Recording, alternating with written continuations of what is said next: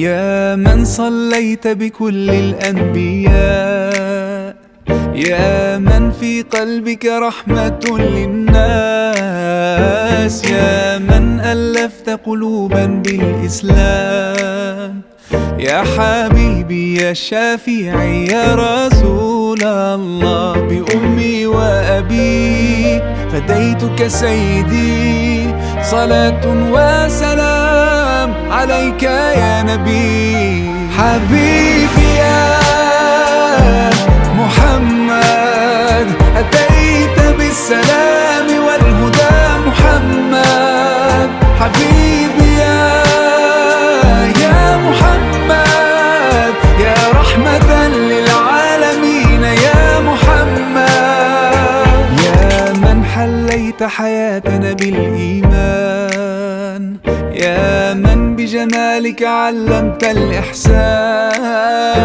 يا من نورت قلوبنا بالقرآن، يا حبيبي يا شافعي يا رسول الله، بأمي وأبي فديتك سيدي، صلاة وسلام عليك يا نبي.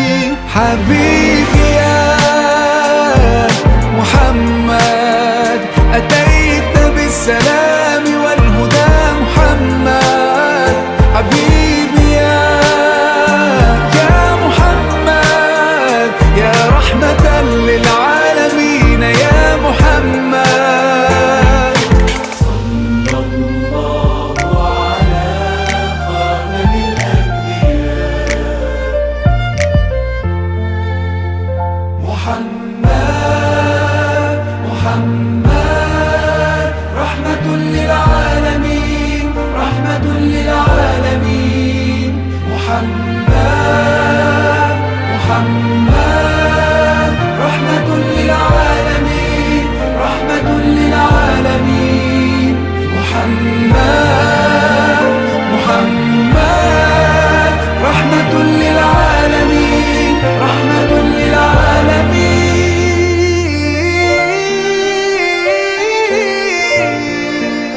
حبيبي يا محمد أتيت بالسلام والهدى محمد، حبيبي يا محمد يا رحمة للعالمين يا محمد، حبيبي يا محمد أتيت بالسلام والهدى محمد، حبيبي يا محمد يا رحمة للعالمين يا محمد.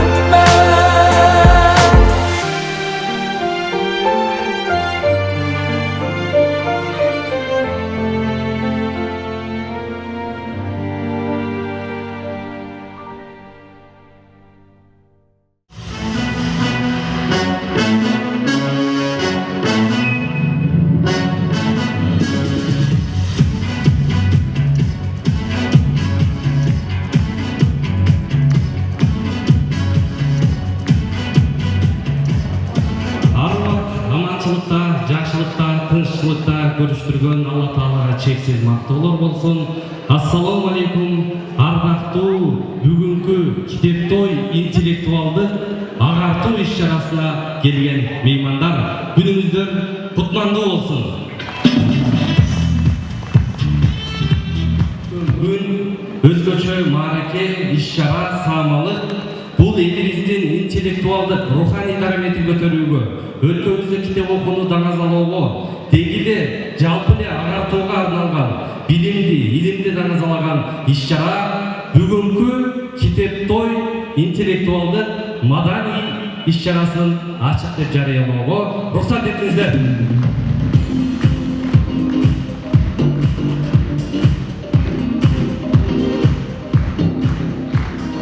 Маанайыңыздар кандай туугандар? Жакшыбы? Барыңыздар ошо баш бармакты көрсөтүп коюңуздарчы. Кандай маанайыңыз бар? Баракелде. Эң сонун.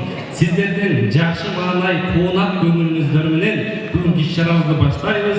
Бизден алыстан ат арытып, белестин белин ашып келген кадырлуу конокторубузду кичипейдикке болсо ордуңуздардан туруп, кызы талакандарды уруп тосуп алалы. Бишкек шаарына келген бүгүнкү китеп тоюбуздун кадырлуу меймандары келе жатат.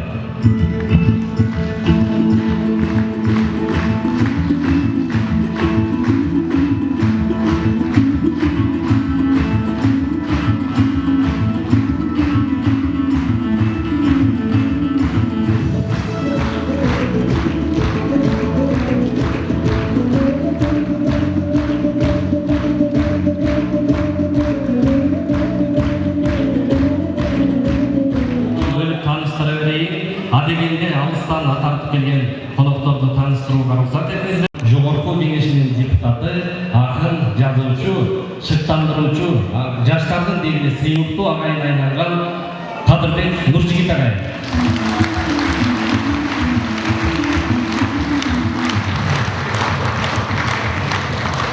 Бул инсанды Кыргызстанда таанып алган киши жок болсо керек. Дайыма өзүнүн акыл насааты менен, нартуу насааттары менен элибизди жакшылыкка чакырып, агартуу иштеринде ат салдырбай келе жаткан дагы бир биздин кадырлуу коногубуз бар, дин аалымы устаз Эрмек Тынай уулу.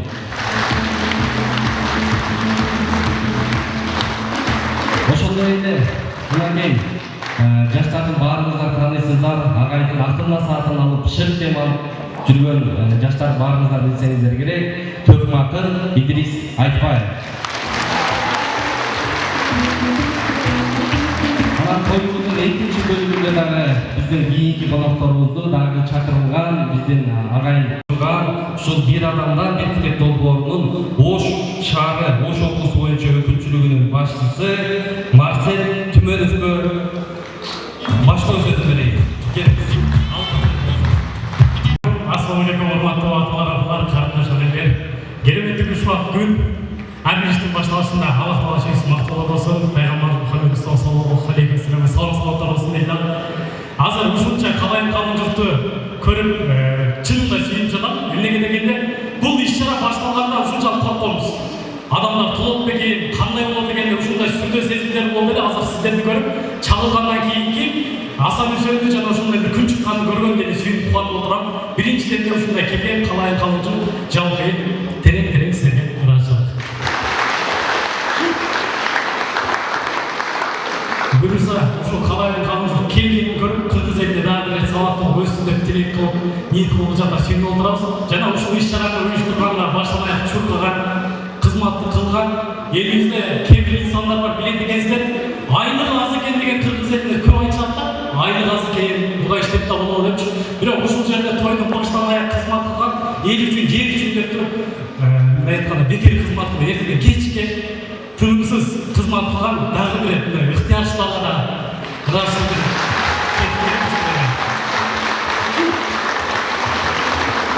Ал эми андан кийин алыстан ат тартып жаштарды колдойм деген устаздар жана кош келипсиздер деген дагы бир устаздар терең ашылып жаштарды колдоп, эгерде устаздарда ушунча дем күч болсо мындай иш-чараларды далайын деп өзүңүз буйрса. Андан соң негиздөөчүлөрү бир адамга бир китеп долбоорун негиздөөчүлөр биз багбандын аркасынан элди суугартууну үйрөнүп жаткан жаш балакай болсо бизге багбанчылыкты үйрөнүп жаткан дагы бир адамга бир китеп долбоорунун негиздөөчүсү Ерлан эке, силерге да терең суранды. Балдар жардам бергилечи, балдар жумуш деп окуусунда таштап туруп жумушка болбогон акчаларга кызыгып кетип жатат. Силер ушундай бир адамдан бир китеп долбоор китепке чыктандырып бергилечи деп айыл жергилерине семинарга чакырышкан. Биздин сөзүбүздү уккандан кийин мугалимдер айтты, 40 жылдан бери айтабыз, дагы бир жакшы бир методика кылышыбыз керек дегенде ушул нерсе шык болду. Буюрса, ушул Ош шаарында кыска метраждуу кино тасма тартып, китеп тууралуу биринчи жолу экрандан жаңыртып берсеңиз буюрса. Гүлдеп өнүккөн өлкө катары таанытууга болгон кадамдарды реалдуу жашоодон алып, элди экран аркылуу элге чагылдыруу. Биринчи жолу бир адамдан бир китеп элдик долбоорунун алкагында китеп уюмунду түзүүгө багытталган. Кыска метраждуу барактар аталышындагы жапжаңы көркөм тасма агартуу тармагында өлкөбүздүн жерлеринде элибизге тартууланмакчы. Жасалып жаткан эмгектер билимге болгон инвестиция. Рахмат.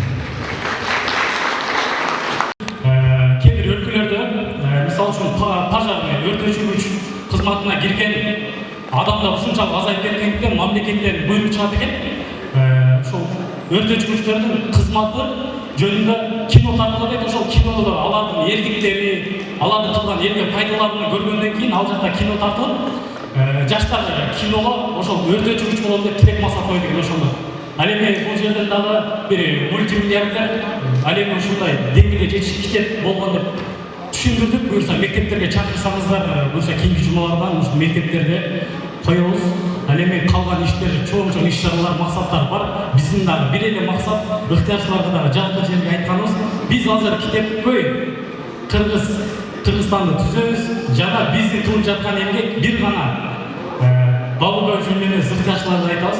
Бул Чыңгыз Айтматов, чоң Төлөгөн Касымбек, чоң жазуучулардын дагы маркумдар үнүн дагы элге жеткизүү миссиясында туруп атабыз. Ошол нерсени жеткирип атабыз деп аракет кылып атабыз. Буюрса жыйынтыктарында дагы көптөгөн жерлерде көзүңүздөрдү көрүңүздөр. Тилек масаттар коюп айтып коюшун.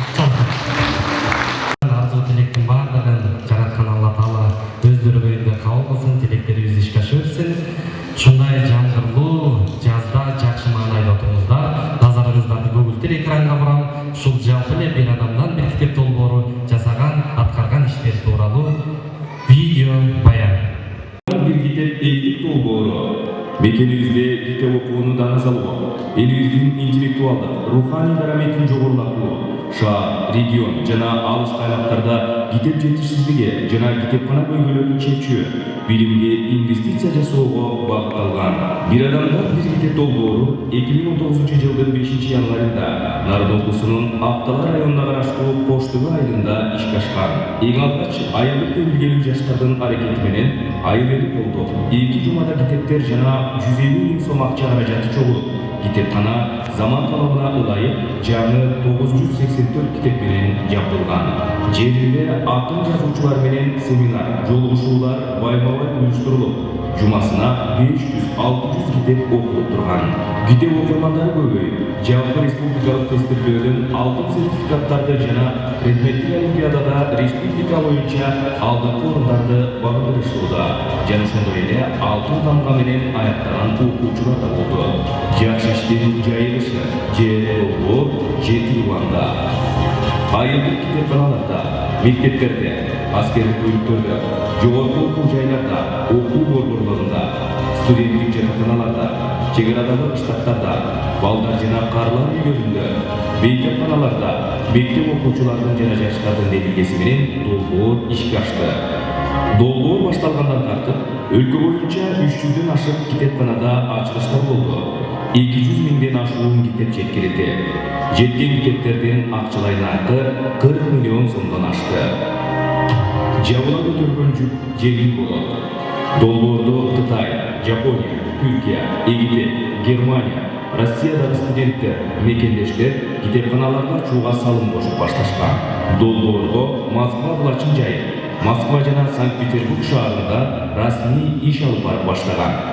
Бүгүнкү күнгө чейин мекендештер үчүн Атылман лига, окурман үй-бүлө, китеп окуу конкурстары, спорт жана саякат, агартууга багытталган масштабдуу иш-чараларды үзгүлтүксүз уюштуруп келүүдө. Мекенибиздеги китепканаларды жаңы китептер менен камсыздоодо Россия жергесиндеги мекендештердин салымы зор. Бул аракеттер өлкөбүздүн өнүгүшү үчүн келечекте билимдүү муунду тарбиялоого өзгөчө салымын кошот деп ишенебиз. Китеп окуу кадамдары. Борбор калаада пикеттин эмес, китептин аянтын курабыз деген чакырык менен китепкөй алапоо өнүктүүгү старт алып, облус, район борборлорунда китеп фестивалдары өткөрүлүп, айыл, кышта, жайлоолорго чейин жайылтылды. Маселен, китепкөй нарын 700 адамдан, китепкөй Жалал-Абад фестивале Курманбек стадионунда 2000ден ашуун китеп сүйүүчүлөрдүн катышуусунда өткөн. Миңдеген адамдардын катышуусунда 7 облуста китепкөй иш-чарасы өтүлүүдө. Кызыктуу фактылар. Лейбек районуна 35 миң китеп чогултулуп, жүк ташуучу унаа менен жеткирилген. Ачылган китепканалардагы окуучулардын эң алды 10 айда 100дөн ашуун китеп окууга жетишкен. Өзбекстан Республикасынын аймагында жайгашкан кыргыз айылдары жана Японияда, Египетте, Москвада кыргыз китеп борборлору ачылган. Asker bölüklerinde Gitepköy Kırgız armiyası деген çiftlik menен dolbоор жүзөгө ашууда. Gitepköy, окурман үйлөө, Gitepköy жайлоо, кайрымдуу саякат, ата-энелик бейишим, Gitepköy Кыргызстан деп аталган өзгөчө иштер орун алууда.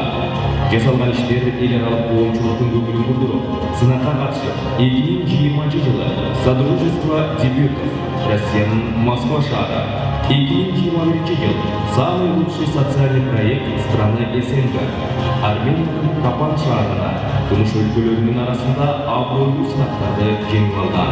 Биздин миссия Кыргызстандын дүйнөдөгү эң Gitepköy өлүккөн өлкөгө айландыруу. Тарыхты окуп жөн гана тамшангандар, аны жазгандар жана тарыхты жараткандар бар. Келдик тууганым, тарыхын ишти бирге жасап, өлчөбөз из калтыралы. Bir adamdan bir Gitep dolboru, өлкөнү өнүктүрүү формуласы. Анын ичинде сиздердин дагы ополтоодой салымыңыздар бар. Аталган видео роликтен көрдүңүздөр, аскер бөлүмдөрүндө Gitepköy Кыргыз армиясы деген чакырык менен ушу долбоор ишке ашып келе жатат. Ошол долбоорду ишке ашырып, барган аскер бөлүмүн агартып, көгөртүп, жаштарды, жоокерлерди окутуп, китепкана ачып, китепканасын жаңылап келе жаткан биздин дагы бир ардактуу аскер кызматкерин тааныштырышым керек, бирок бул инсан көп тармактуу чыгармасын аткарып берсин. Алдыңыздарда тосуңуздар Кыргыз Республикасынын Коргоо министрлигинин офицери капитан Акын Мансур Кубанычбек уулу Антунбак автордук чыгармасы менен.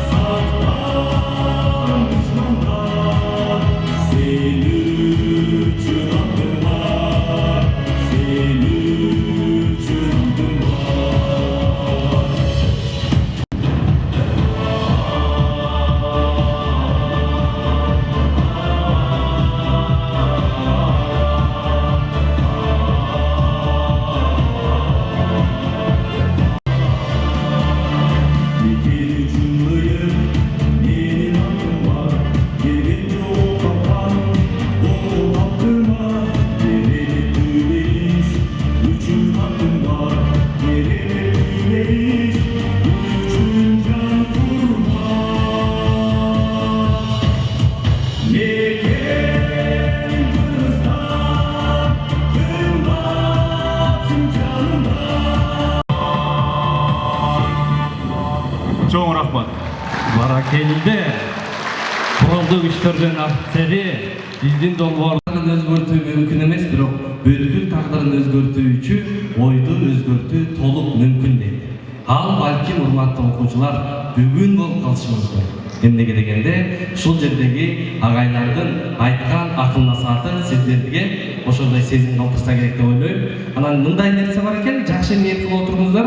Баягы бир чака көтөрүп барган жерден бир филианга суу көтөрүп кете албаган сыяктуу эле ушул жерге келип мисалы видеого тартып анан сүрөткө түшөдү кетем дегендер сүрөткө түшөдү кетип калат экен. Анан агайлардын сабагын угам, мен жашоомду өзгөртөм, китеп окуп баштайм деп келгендер болсо, ошонун баарын алып кетет экен туугандар. Анан жаштар сиздер билсеңиздер керек эле, жаштарды жалпы эле Кыргызстанда китеп окууга чакырып жүргөн биздин ардактуу агайыбыз бар. Ысымы Нуржигит агай, агайдын ырын билесиздерби? Гери басып бойлорду, алыс ташта ойлорду, максат менен жүрөлү, Азиянын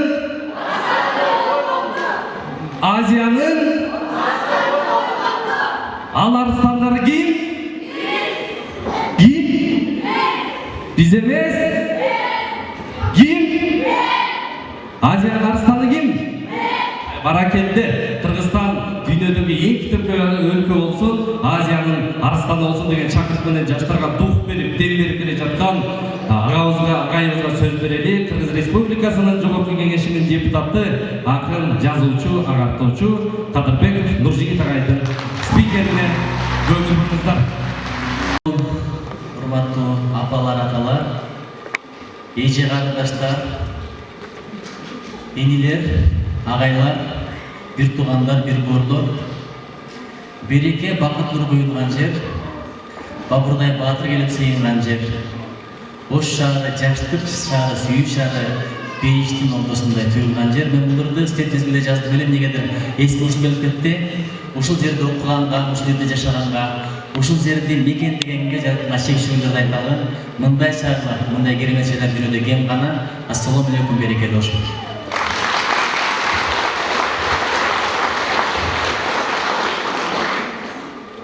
Турмуштун өзү китеп. Китеп деген жалаң эле кагазда эмес, жалаң эле баракта эмес. Китеп турмуштун өзүндө. Агып аткан дайрада китеп бар. Аспанда учкан жылдызда китеп бар. Акында китеп бар, ааламда китеп бар, апалардын өздөрү китеп. Жанымдагы досум китеп, жашоом китеп, кечээ күнүм китеп, өткөргөн өмүрүм китеп, сезген сезимдердин барды китеп. Болгон окуй билиш керек, тандай билиш керек, ирге билиш керек. Мына кечээ биз Алатууга бардык. Андан бери жакка Таш көпүргө келдик. Чындап баратсаң, укмуш жерлер, жап-жашыл. Бул жакта токойлор, бул жакта тоолор, бул жакта агып аткан суулар, бул жакта жашыл өзөндөр. Бирок ошко келсек, чөптө саргай баштады. Адамдар да бирөө бактылуу, бирөөнүн доор өткөн, бирөөнүн доор эме келе жатат. Адамдар да ушул сыяктуу. Мен айтайын дегеним азыр жаз мезгили. Жаз мезгилинде ким дыйканчылык кылмаса жүздө күнү калат. Балким азыр инелик окшоп жыргап аткандыр. Башкалар кыйналып атат, мен жыргап жатамдыр. Бул жыргап түбөлүктүү эмес. Бул дүйнөгө биз жашаганы келген жокпуз, сыноого келдик. Эгер жашаганы келгенде бир адам оорубайт эле, бир адам каарлыкка барбайт эле, бир адам муктаж болбойт эле, бир адам өлбөйт эле. Жашадык деп келип алып адашып атабыз. Эңсегенибиз байлык, өксөгөнүбүз бийлик. Ошон үчүн бийлигиңе мактанба дейт. Байлыгыңа чиренбе дейт. Бар көтө турган дүйнө. Карасаңыздар, бир жерде жашыл, бир жерде сары. Жашыл деле эртең ошо ойдон тура бербейт. Bir gün karasam sarı, bat ele. Yığınga жетip sargaya, andan kelin karasam toprak toz buluşup turgan bolup, çöp duruşup ketken bolup, yaşadı ошондой. Болгону мезгил менен адамдын жаз мезгили эки түрдүү экен. Айтайын дегеним, мезгилдин жазы кайра-кайра келе берет экен, адамдын жаз мезгили бир гана жолу келет экен. Бул жерде көбүнчө жаштар турат. Азыр жаз мезгилиңе дыйканчылык кылып калгыла болбосо, күздө өкүнүп каласыңыз, кышта өкүнүп каласыңыз. Эмне үчүн аталардын апалардын сөзүн угуш керек, анткени булар биз баскан жолдон өткөн. Биз көрө турган нерселер булар көрүп койгон. Ошон үчүн балам сендей кезде мен мынтепмен, эгер сендей бурагым болгондо баштамакмын деп, жок биз укканды жакшы көрбөйбүз. Ошон үчүн чымчыктардын окуясы бар го, Сулайман алейхиссалам баратса алдында чымчыктар турат деп. Чымчыктардын да тилин түшүнбөйт экен Сулайман алейхиссалам. Ошондо адамга баары бир чымчык төйлөп берет эгер көрбөй калса. 4 чымчык өстөт деп, карап туруп, ушул барган жерде бүт ызы-чуу талкаламай, согушмай, өлтүрмөй, атмай, бергенчилик кылмай, токой кыймай, ушул адамдар жаралбай эле койсо болмок экен деген. Десе экинчи чымчык бир топ гуманный экен, ал айтыптыр. Жок, эми жаралса жарала берсин, булар деле макулуктар, бирок эмне үчүн жаралганын билип жаралса болмок деген. Анан үчүнчүсү айтыптыр, эмне үчүн жаралганын билип жаралса го мейли, ошону бир аткарып жүрсө жакшы болот эле, билип жүрсө жакшы болот эле. Ошон үчүн билген башка, кылган башка. Биз максатыбызды бир ойлонуп болчу, эмне үчүн жаралдык? Болбосо сен жашоонун маңызын түшүнбөйсүң, максатыңа эч качан жетпейсиң. Ошого берекелерим, чоң рахмат чакырганыңарга. Турмуштун өзү кетет, мен эмнеге кетип атам, жакында эле бир Америкага барып келдим. Америкага баратканда бир сапарлашым, жоокерчилик депутаты Мекимбек Абдалиев деген жөнөкөй эле жигит, Курдаманын бир бетине. Ошону мен жакшы жактарын билип берейинчи, бирдеке үйрөнөйүнчү деп өзүм устат көрүп бардым. Баардык өзүм устат көр. Кумурсканы устат көр. Анткени кумурска аркага кайтпайт. Байкасаң, алдын тосуп койсоң, буягын өтөм дейт, аркага бурулат, үстүн ашып өтөм дейт, иши кылып максатына жетет. Адамдай кайтып кетпейт. Жаш бала да карасаң эч качан таарынбайт. Жаш бала да сага устат. Сага таарынбайт. Бир аз да ыйлап сөйлөп, анан карасаң эле күлүп жайнап келген болот. Анан эч качан колу бош эмес. Бирдеме налип болуп аткан, бирдекени сындырып аткан, бирдекени жеп аткан. Өткөндө менин кызым бирдекени көтөрүп жүрүптүр. Карасаң жанагы эме туалетте унитаздын жанындагы щетка барбы, ошону көтөрүп ойноп жүрүптүр. Ага баары бир кирип кетиптир. Ушундай жакшы ойноп атат. Албайын десем болбойт, алайын десем баланын сезимин, оюн сыйлап атат. Бирок ага майла жок. Ага баары бир ошон үчүн бала. Ошон үчүн бала бирдеме налип болот деген, бүт бардыгы дүйнөдө мага устат. Идрис да устат. Эрмек устаз да устат. Араңарда баары бир устат. Ошол киши менен бирдекени айтып коеюн. Ошол киши менен кетип аткан мезгилде Мекимбек мага бирдекени айтып берди. Атам менен апам дейт. Мен өзүнүн уруксат алдым, айта берсем болобу деп. Атам менен апам мен төрөлгөндө эле эки башка жолго түшүптүр. Кудай ошондон сакасын. Идрис көп айтат эмеспи?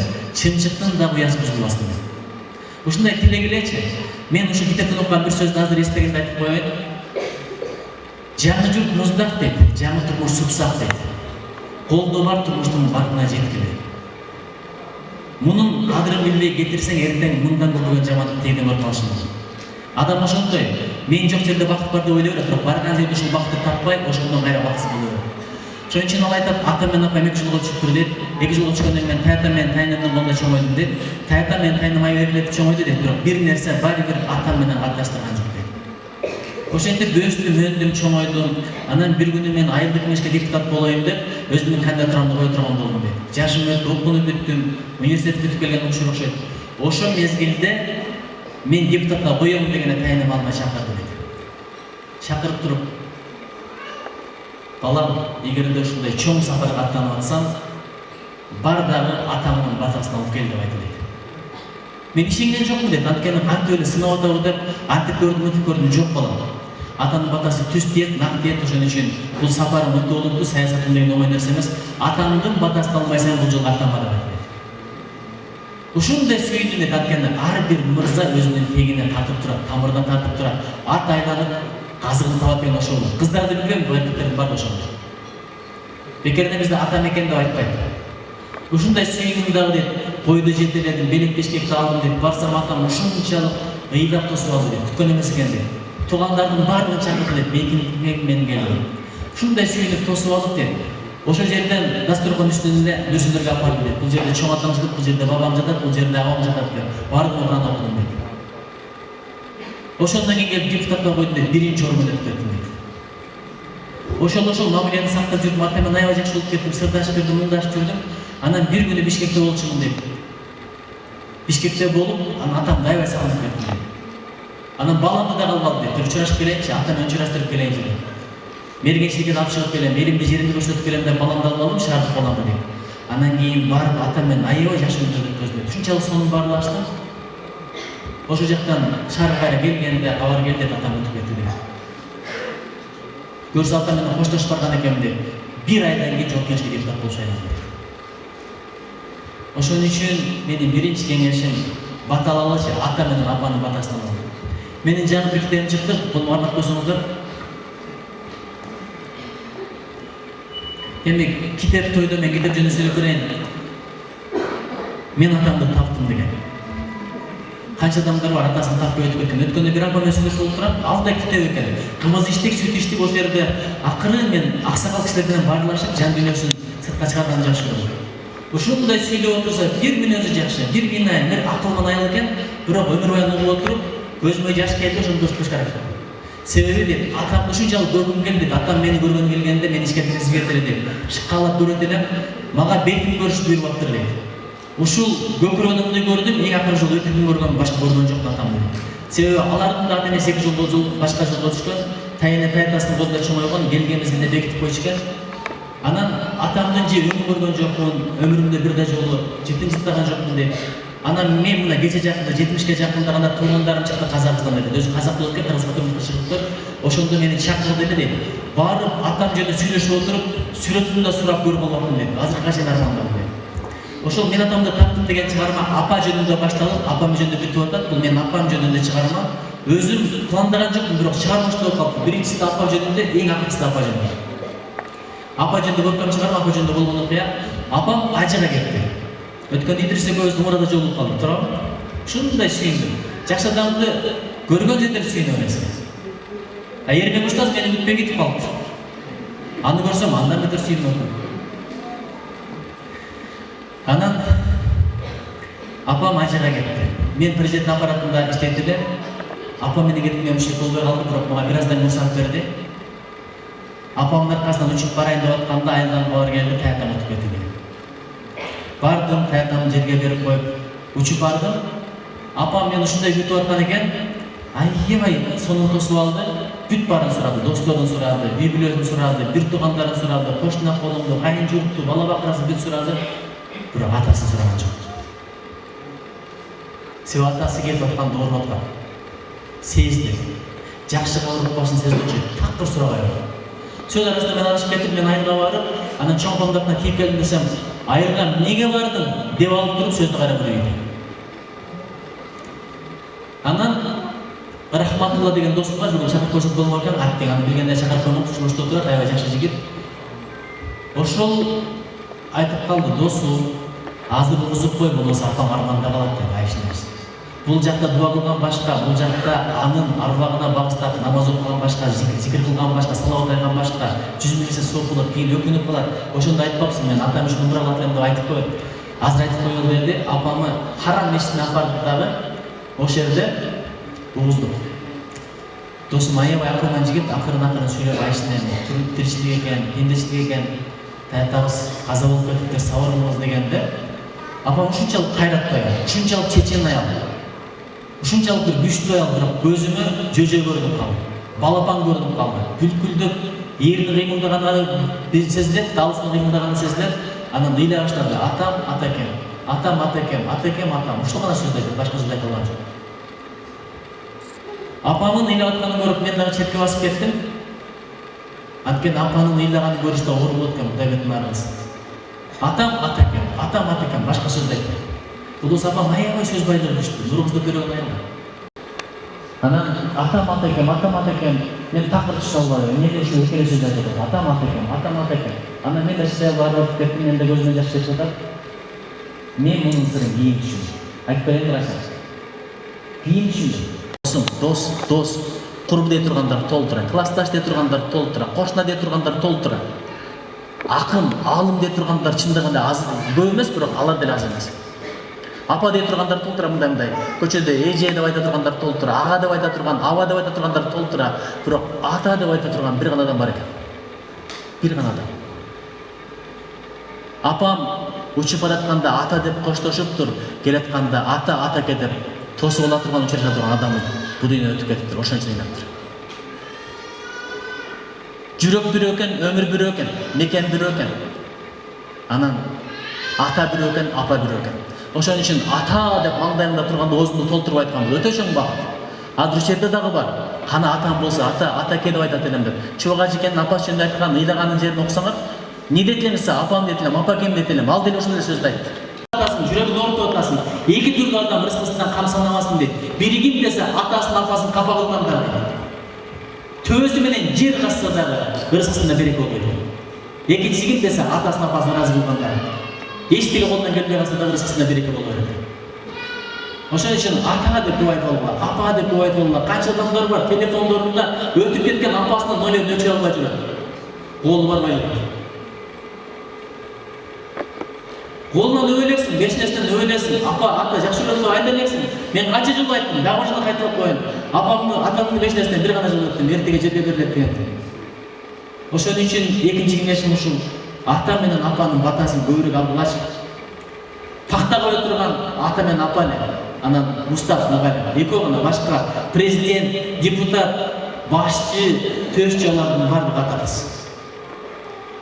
Чын, ата мен апаның өмірін қарап отырсам сол келе береді, қарасаң, қарап отырып сол келе береді. Мен қанша жыл байқадым, жігіттерден сұрауға сүйреңіздерін азыр сүйрет, бір жылдан қарасаң өмір қалып қалады. Неге мінез пейілі жақпай қалды. Айдай чырайдей қиялы бұзып қойған, ошон үшін өмір қалып қалды. Ошон үшін бирок апаң қанша жолды қарға чире тақыр көңілің қалбайды. Апаң қаншалық саға характер көрсетсең, ошончол көзүнө таптошилиң көрүнө берет. Анан шығарманын башына жазып атам. Менин апам чындап эле дүйнөдөгү эң сулай алып, мага апа болгон үчүн жаштыгы көрүнө берет. Мен бул суроого жооп таба элем. Бирок мага эч ким эчтеке ынандырбай эле койсун. Мен үчүн эң сулай ал менин апам.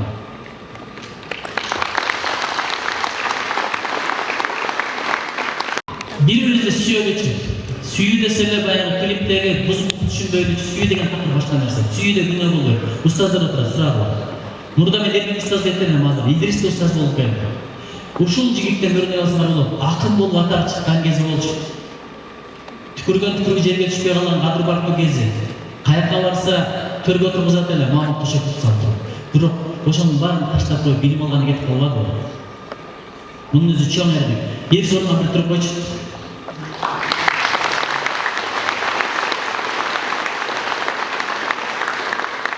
Ушул эрдик менин колумдан келген жок. Мен дагы бир Гарвардда окуп келсем дедим эле. Мен да Аляскада окуп келсем дедим эле. Колумдан келген жок. Мен болуп эле саясатка кетип депутат болдум.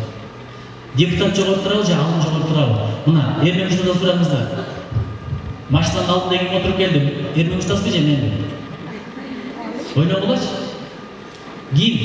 Менин көпүрөгүмдөгү жылдыз, депутаттын жылдызы. Эгер кайрашсаңар болушу мүмкүн дагы 5-6 сурап, болбосо 5-жылдык алымдын кадыры бар бул дүйнөдө. Ошон үчүн биринчи орунда алым турат, экинчи орунда аксакал турат деп пикир айтылат. Үчүнчү орунда дагы бирөө, анан төртүнчү орунда чоңдор турат экен. Ошо кайда экен чоңдуңга чокоюм деп турат. Өткөн айтып атам го, ушул алымдарды чубагачыны Идристи жаман көргөн адам болбосо керек.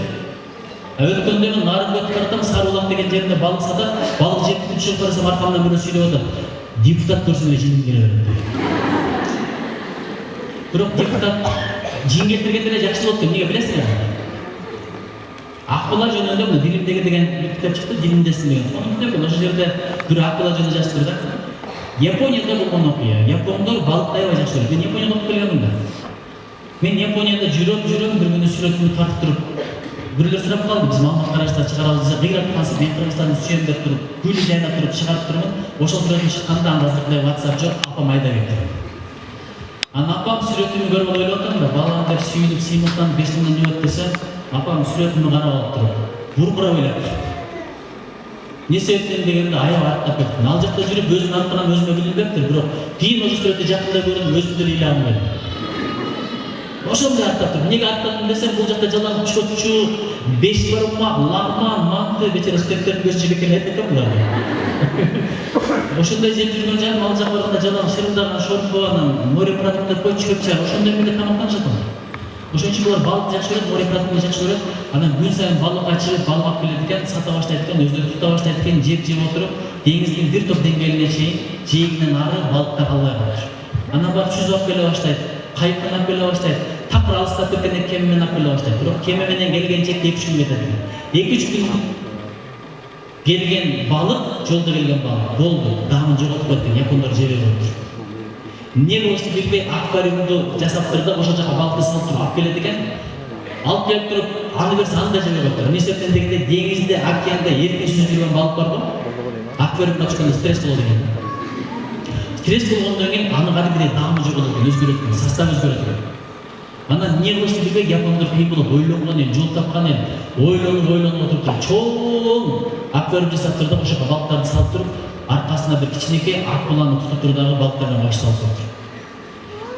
Ошол аквариум менен келген балыктарды эң жакшы көрүп жей баштап туруп, даамы мурдагыдай соң экен. Көрсө, эмнеге билесиздерби? Акула бар жердечи, балыктынчы стресске убакытса жок. Азыр карасак бүт эле, эмне стресс деген жаш болду, стресстин балекетин аласыңар.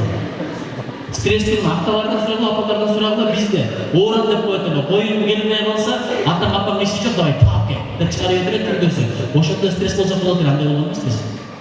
Идрис Нөмүрбаев болсо барып туруп апасы менен пол жууган күндөр, ошондо стресс болсо болот. Кече эргебизиз айтып берди. Ошондо стресс болсо болот. Азыр стресс болуп турган силерде эмне бар? Буларда сколько бар?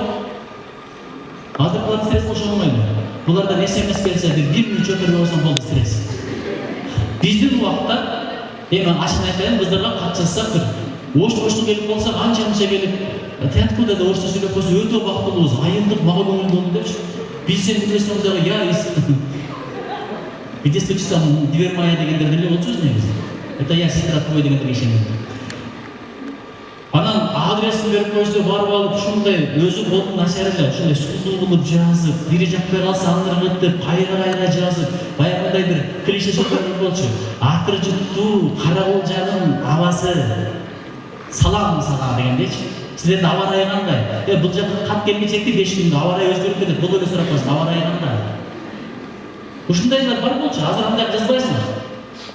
Анан кетет, 1 ай катып кетесиң, 2 ай катып кетесиң, 3-чү айда жооп келсе, сенин бактылган жок. Эч ким университетте окуйсуң, бул жака окуйсуң, Сарайга кирип окуйсуң, чөнтөгүңө салып алгансың, атаң урушуп алса деле бактылысың, апаң урушуп алса деле бактылысың. Эжең 2 болсо деле бактылысың, сенден бактылган жок. Бирок сырың качан адам стресс болуп билесиңби, сырыңды бирөө билип алганда. Мына Нурмуз деген барбы? Ошол каттарды окуп жүрүп келебиз. Ушундай жаштарга болбойт экен да, кайра шилекелетип жабыштырып коет экен. Ошондой болгондо жаман капа болгон. Айтайын деген ал мезгилде сабыр бар эле. Азыр WhatsApp'тан SMS жөнөтөсүң. 2 мүнөт жооп бербесең, таарынып блокко коюп атасың. Мына сага сабыр. Телефон сабырды жоготту, бул бир. Экинчи şu телефон эмне жоготту айтып берейинби? Сагынычты жоготту. Мына Идрис Египетте окуп келди. Билгендер барбы? Билгенден билбеген толтур. Биздин убакта аталардын сураган, эжеке отурат, илимдин доктору. Эжеке, сиз Бишкекте окудуңуз беле? Оштон айылга барганда, Оштон эле окуйсуң болбосо, айылга барасың, ал айдан эмесизби? Иши кылып айылга барса, ата-энең эле эмес, туугандарың кошо тосоо. Туруп ушундай болчу эле. Кошуналар чайга чакырат эле. Күнчүн болуш керек болуптур депчи. Ата-энең учурашып кетет болчу. Анан сүйлөшөт болчу. Сен болсо мугалим адам болуп, мектептерге жолугуштарга барып. Азыр Америкадан кел, сен менен эч кимчи жок. Марска учуп барып кел, гарантия берем, эч ким сурабайт. Бизде адамдар ушундай. Эверестке бирөө чыкса, жамалын кылмага.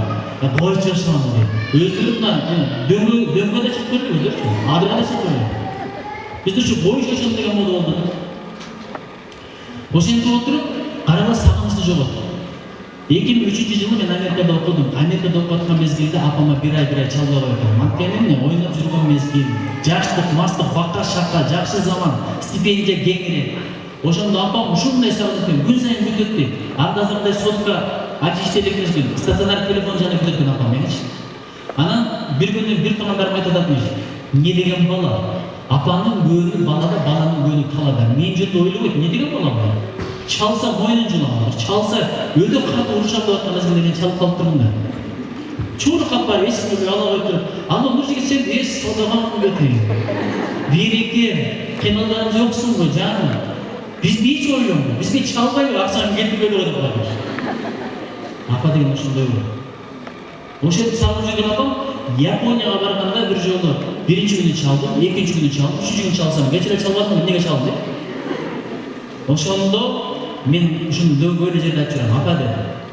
Сиз менин апам экенсиз, мен сиздин балаңызмын, денеңизден чыгып турган. Баары бир мындай жүрөк бетине тартат экен. Бир аз болсо да сагынат экенсиң, ата экөөбүздүн бир аз да тууганчылыгыбыз бар. Апа деп туруп, ушул сөздү айтчам кыйын болгон. Апа, мен сизди сагынам. Апа, мен сизди жакшы көрөм. Ушул сөздү айтыш мага айып болду. Ошентип алып телефонду коюп алып уялып жүрдүм. Бетке айтыш эмес, телефондон айтып алып өзү уялып атам депчи, апа, мен сизди жакшы көрөм. А бирок адамдар апа мен сени жакшы көрөм деген сөздү айта албайт. Канча жолу келип айтам деп бардым, айта албайсың. Кээде ушундай ардуш айтайын деп барсаң балаң, каякта жүрөсүң, чакпайып деп койсо. Эйгөнүп кетесиң. Бирок ошолордун апа жакшы көрөм дегендерин уктум. Качан апасы өлгөндө сөйгүнүсүндө туруп, апа алтыным берекем апа, мен сени аябай жакшы көрөм. Неге таштап кеттиң? Апа кел. Жаным, ошол сөздөрдү тирүүсүн айтып койсоң, эмне болот элек? Ошо Ошон үчүн берекелерим. Неге апа ошондо сагындырган көрсө техника өнүгүп, мен мындай бат чала баштаган экен. Азыр эми айланайын мурда келип сөз байланмаш болот эле. Нью-Йоркко барып келсек, айтып берет эле, мындай Empire деген билдинг бар, ал жакта жанагы Статуя Свобода дегени бар, анан жана Манхэттен дегени мындай, Бухар министрлиги мындай. Азыр адамдар аны отурат, адамдар фантазиясын жоготуп алды. Адамдар мага видеосун көрсөтүп бериши деп калды. Сен WhatsApp-та видеосын окуп атасың, болду, адамдын сагыныч сезими жоголуп калды. Бул чоң трагедия. Ошон үчүн бириңи сагынып калачы. Мен силерге бир тапшырма берейин. Классташтар бириңе кат жазгыла. Кыздар балдарга, балдар кыздарга эмес, кыздар эле жазгыла. Сүйүңөр ойгонуп кетип окуп таштап койгон. Балдарга ишенбегиле, балдар анча-мынча акындарды жалдап эле жаздырышат. Чын бер дегендер бар акындарда. Мен силерге жаздырбадым аны. Куштар келип отурат. Куштар келип аябай чоң акында, ордуңузда туруп баштыкчы бел деген. Ушул китептерди жаздырган анча китептер. Мен көптөгөн саясатка келгенден бери ыр жазбай калдым. Ушу биринчи жолу Куштар эке аялым бардым ыр жаздырат окшойм. Анткени аялым деле доолашып жүрөт. Баягында жазчы элең, жазбай калдыңыз, эмне болду депчи. Ыр деген бул мындай эмес да, мындай чөнтөктөгү пул эмес да, алчык эле кое берет. Буга деле илхам керек, буга деле бир убакыт керек. Ошон үчүн сагыныч жоголду, сөз байлык жоголду, эмоция жоголду. Ошон үчүн китеп менен дос боло берели. Китеп бул сөз байлыкты көбөйтөт. Мен анча-мынча сөздөрдү жазып бердим. Ошолордон окуп берейин дагы, анан акырын бүтүрөйүн, анткени биздин деле сапарыбыз барып баратат, кечирим сурайм. Мына мисалы жакында мен бир китеп окудум. Менин Дагыстаным деген окудуңарбы? Ошол Менин Дагыстаным деген чыгармада бир окуя бар экен. Расул Гамзатов 3 мерген карышкырга ууга чыгат экен. Анан карышкыр келип ийине кирип кетет. Кирип кеткенде үчөө тең ийинди маңдайында туруп алып мылтыктарын сунуп аңдып отурат дейт. Карышкыр чыкпайт экен, карышкыр да акылдуу болот. Анан булар да сабырлуу отурат дейт. Суук дейт эшикте, борожо дейт. Ким сабыр кылса ошол жеңет экенде, көрдүңөрбү, сабырдын мааниси аябай чоң. Анын арасынан бирөө сабырсызраак экен, ушинтип күтүп отурабыз деп чулукка барып мен карышкырды ийинене сүйрөп чыгып ат салам деп туруп барып, ийинге башын салып, же нары кетпей, же бери чыкпай катып калыптыр. Анан тигилер эмне болду деп күтсө, жарым сааттан бери жатат дейт. Анан акырын барып туруп, мындай бутунан тартса, баягы дененин башы жок экен. Анан эки отуруп жүрүшөт экен, бул баягы чуркап кеткенде, жаныбыздан чуркап кеткенде, булардын башы бар беле, жок беле десе, ойлонуп отуруп, бунун башы жок болчу, бизе бир башы бар дейт. Анан эки көтөрүп ал айылга келип. Айылга келип, аялдан сурайт эмиш, мунун башы бар беле, жок беле десе, аял айтат эмиш. По-моему, башы болсо керек дейт эмиш. Нес каяктан билип атам, анткени башыма папак тиктиремде да жүрүп берчи эле, калпак тиктиремде да жүрүп берчи эле, башы болсо керек дейт эмиш. Анан аялда билбей эткенде айылдын аксакалдарын алып барса, аксакалдар ойлонуп отуруп бир чечимге келиптир. Бул карышкыр бар экенин билип туруп, чуркап барып, ошол жака кирип кеткенди караганда баштан эле башы жок окшойт. Бул жерде чоң терең маани бар. Ким эгерде китеп окуп алса, ошонун башы жок. Капа болобу? Баш деген бул форма эмес, ичиндеги нерсе. Стратег ошондон болот, градация ошондон болот, өнүгүү ошондон болот, илим ошондон болот, адамга таасир ошондон болот. Адам сыртына караганда ичи маанилүү. Ишенбесең, эки байлык бар, бири жылдан жылга азаят, бири жылдан жылга көбөйөт. Эркектердин көбү аялдары сулууна карайт, ошон үчүн кыздар чачына, башына, илегине, эрдине инвестиция кылат. Ботекс деген мындай чыкты го. Айланайын бир карасаң эле таптакыр башка, бетинин жарым эле эрим болуп калат. Кудай бетин аркасы. Ак чачын сары кылып, кара чачын сары кылып, түз чачын жиңгелек кылып, эмнеге кыйналасыңар? Баары бир Алла таала берген сулукка эч нерсе жетпейт. Чын болуш. Мен ботексти кайдан билем? Кичинекей кыз төрөлгөндө эрди калган экен, бирөө жазып берди. Неме ботекстен төрөлүптүр, 40 000 сом прибыль менен төрөлүптүр. Ботекс менен майга төлөп турат. Кээ бир кыздардын бетинен бет майы кымбат болуп кетти, ачыгын айтайын. Ошо алдан үйлөнүп алгыла балдар. Эртең бетин жууганда күлүп каласың. Неге кыздар бетине майн берет десе, өңүнө фигурасына майн берет десе, эркектер биринчи өңүнө фигурасына майн берет экен, ошол үчүн булар майн берет экен. Эгерде биринчи ыйманына, жүрөгүнө майн бергендерде кыздар ыйманын жүрөгүн адеп берет. Мунан жакында барып келдик. Индонезияда, Малайзияда ажылыкка, умрага баргандар аябай экен, өзгөчө кыздар. Эмне үчүн кыздар барат десе, бойдок кыздар элестетип көргүлө, көрсө ал жакта турмуш куруп атканда ажыга бардым беле деген суроо коюлат экен. Ошон кыздар жакшы уккан балдар түшөт. Бизде Ильич Орозматов деген мен таятын бар бир класста болчубуз. Аябай жакшы өтөт болчу, кыздардын баары сүйөт эле. 23 февралда ошого белегибизде берип согуш чыгып болчу. Нуржигитке бер десе мен бербейм, мен Ильичке алып бердим. 15 десем Ильичке да көтөрүп берет. Ыйлатып эжеге колунан сүйлөп берип бетинен чынчып алып Нуржигитке бердирет эле. Ошол подарокты алганча албай эле койсом деп мендер жаман болот. Сурап ичкен, суу ичкен. Элестетип көрдүм, мен сагат келген эмесмин, мен аласыңар сиздер. Мен сагат алып келген жок эле, мен баштан көздөн садака деген берет. Бирок ошол Ильич көз тийип өтүп кетти. Анан эле бара балдар чачын оңдой баштады, сигарет чеге баштады, анча-мынча мындай качалкага бара баштады, көчөдө тентек боло баштады, көрсө бара кыздар да ошондой болуп жатышты баштады. Ошон үчүн кыздар силерден сураныч. Азыр балдар колуңарды сурап келсе, бир суроону бош койдулар. Акыркы жолу кайсы китепти окудуң деген эле көп балдар экзамен өтпөйт. Анан алдай баштасаң, майнелетти окудуң эле деп коюп, өзүң эле бир 5-6 китепти мындай жаттап алып, Джек Лондонду окудуң беле. Александр Дюманын «Черный тюльпан» дегенин билесиңби? Деп койсоң, кардинал Ришелье кайсы чыгармады эле? Деп койсоң, болду, жаныма батыл албайт, сен алсаң алайт дейсиң. Ошон үчүн берекеленип китептен ак бололу, Кудайым болдосун, коргосун, жолдосун. Мен сүйүшкүлө деген сөздүн бир маанисин айтып берейин.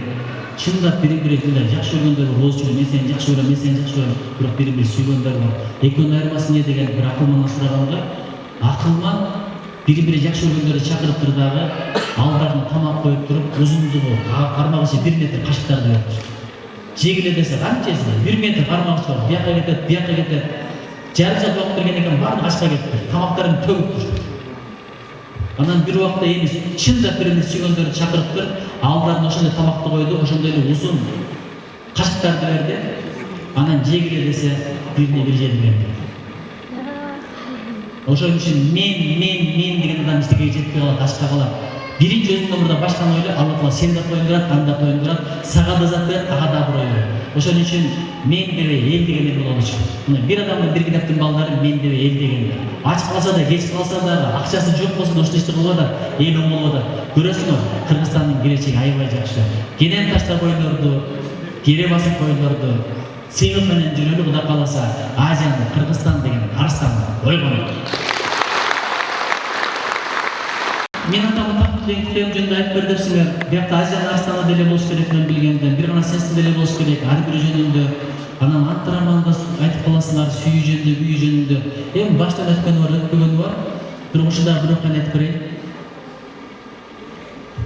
Нил дарыясынын жанында окуп келдиңиз, туурабы?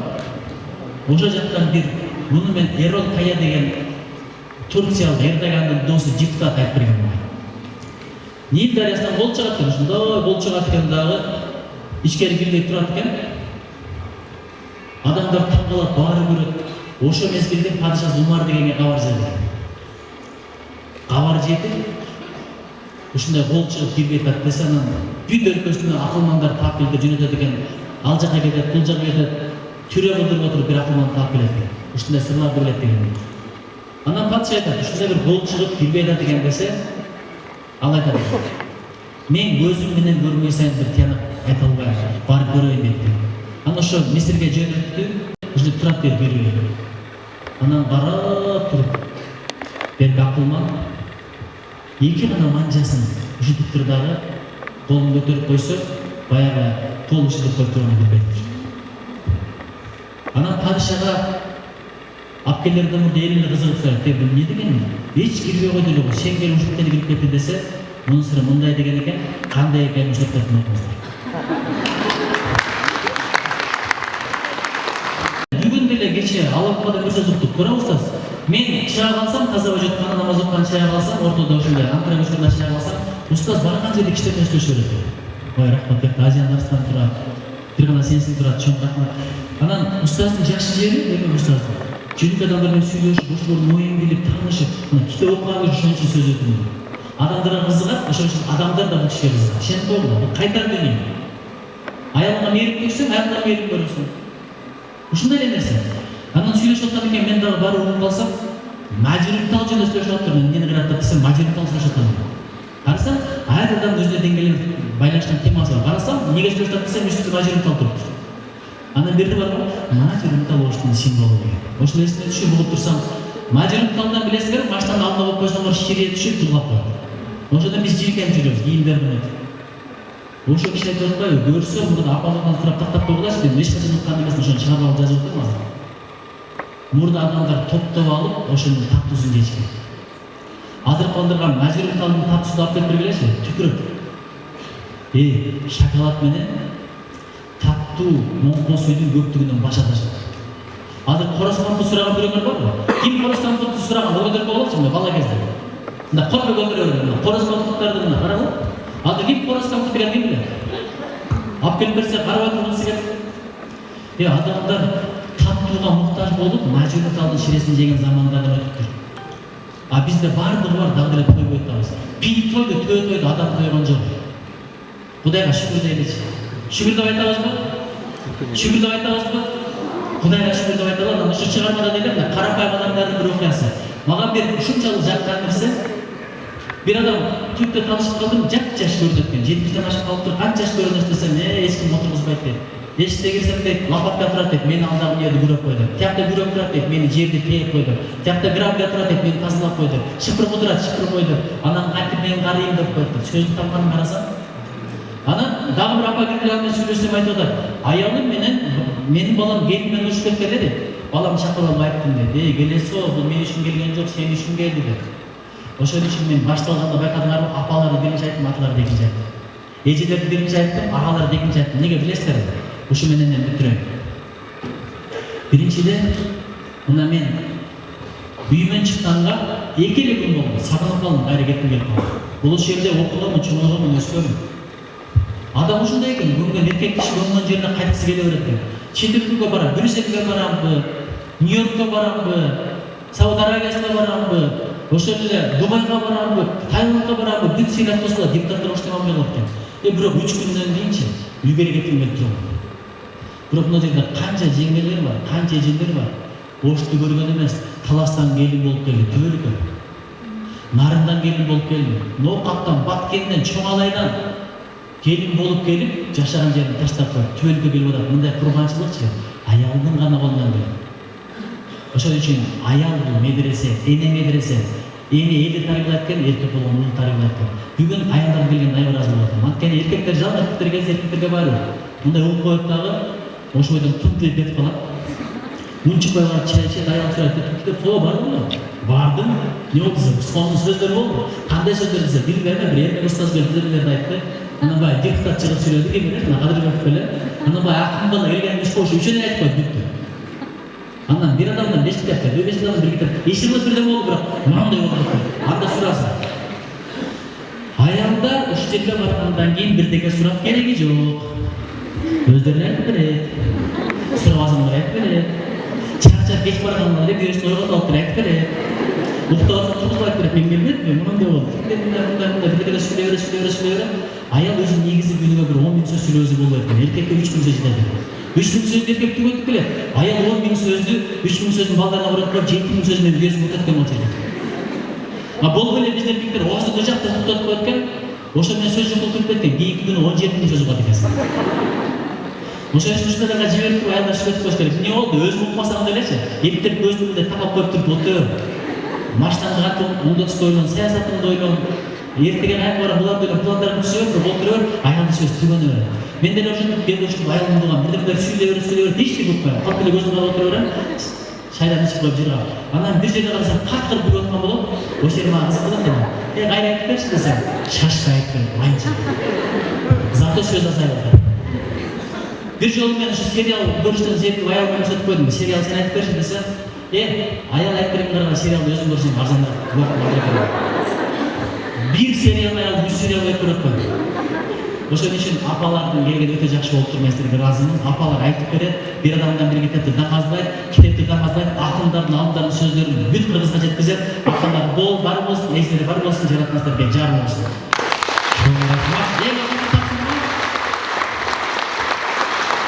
Бол ушерден бар өзгөрмөсү бар болбойт. Тапшырма, мындан ары жашта болдур болчу, мен жашмын дегенде. Мына мен жашмын. Мен чындап өзүмө жаш ойлойм. Эрмек өзүнө карап калыңыздар. Экөөбүз теңбиз. Бир да карадым жок. Апа кол көтөрүңүз, баарыбыз жашпыз. Мен жашмын дегенде кол көтөрүңүз. Мен жашмын дегенде кол көтөрүңүз. Мен жашмын дегенде колдун деп коебуз. Кудай буйруса экин көтөрөбүз. Мындан ары айы 5 алыш үчүн 5тен 2 10 бара окуйм деп болчу, 10 бара окуйм деп. 2 болду деп болчу. 10 бара окуйм болду. Токтогула. Түшүрбөгүлө ким түшүрсө, ылайым ошол таз болбой эле койсун бирок.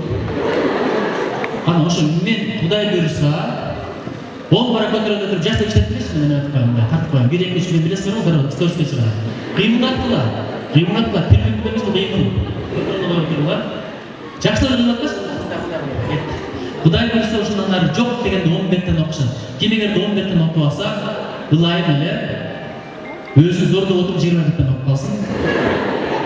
Эң окуган эмне? Кудай колдосун, коргосун. Ишенгиле.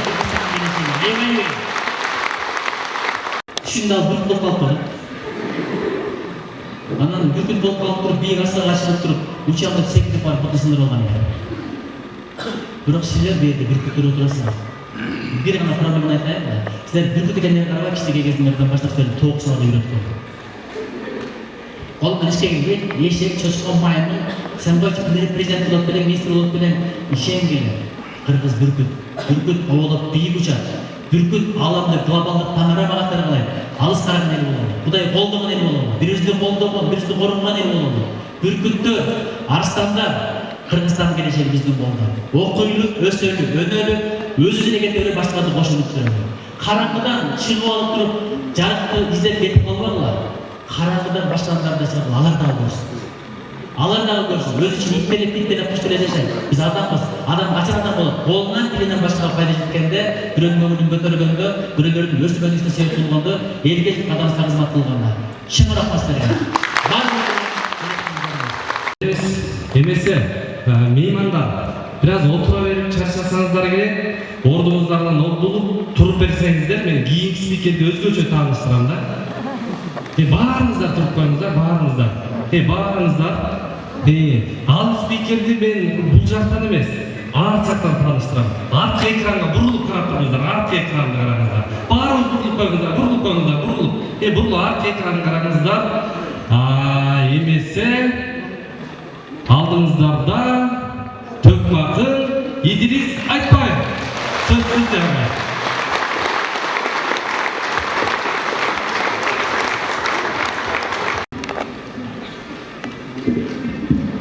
Интерактивдүү жаштардын интеллектине баа берип, айтылган сөзүмө макул деп, сиздерди артка буруу кылганына кечирим сурайм. Телефонго алаксыз же турмуштун түйшүгү менен түйшөлүп отуруп, көзүн уйку баса кеткен, бир аз да болсо уктап калган кишилерди ойготуулук. Жалпы меймандар, жакшылыкка кадам басып келген бутуңуздарга Кудай Таала эселеп сооп жазып, жаннатка чейин басып калгандыктан басып. Жалпы келген меймандар, кош келиңиздер, устаздар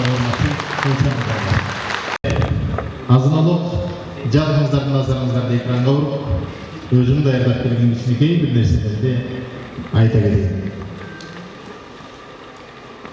Мусулманга 5 акысы бар. Биринчиси саламга алик алуу керек. Эгерде алик албасаңыз акысына келген болосуз. Андан кийинкиси ооруп калса зыярат кылуу керек. Кийинкиси жөнөкөй түшкүрүгүнө да жооп бериш керек. Рахматулла, акчуш дейбиз, өмүрлүү бол дейбиз, кемпир бол, чал бол деп коебуз. Андан кийинкиси чакырыкка жооп берип келиш керек. Чакырылдыбы? Жооп берип келиңиз, болбосо акысына киресиз. Анткени сизди келет деп стол орундук даярдап, сизди келет деп эмне деген убаракерчиликти үйдүн эси жазылат. Андан кийинкиси дүйнөдөн кош айтышып кетсе, маркумдун жаназасын кою да мусулманга ураксы. Бүгүн дагы ошондой чакырыкка жооп берип келдик.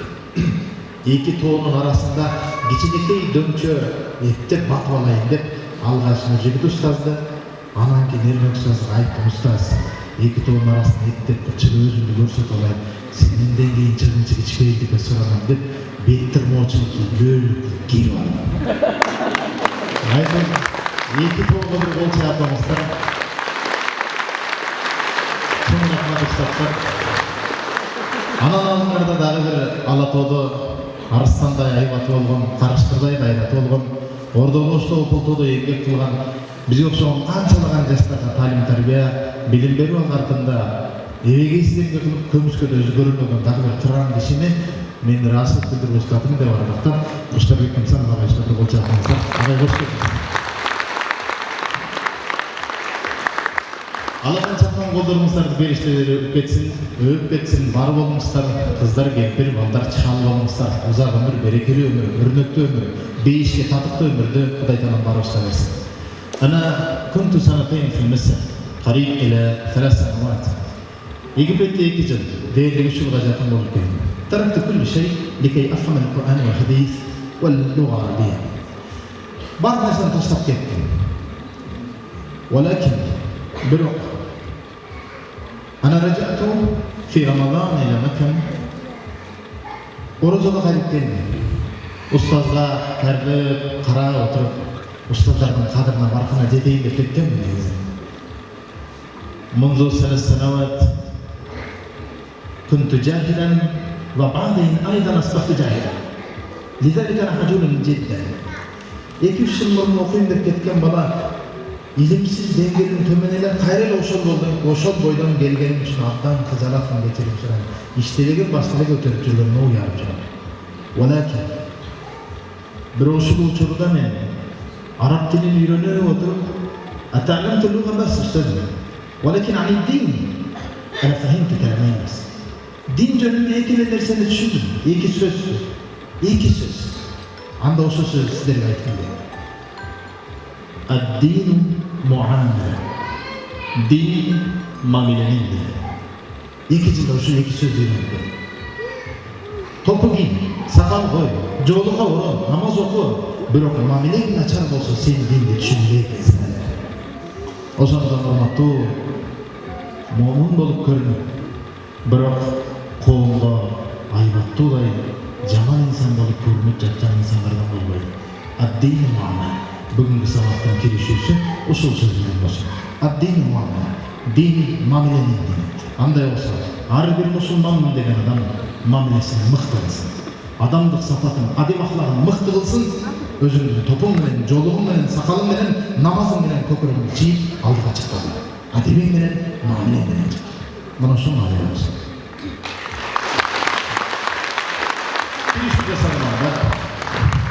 Менин мына жерде компьютеримдин капталындагы тетиги флешканы чыгарып коюшуң.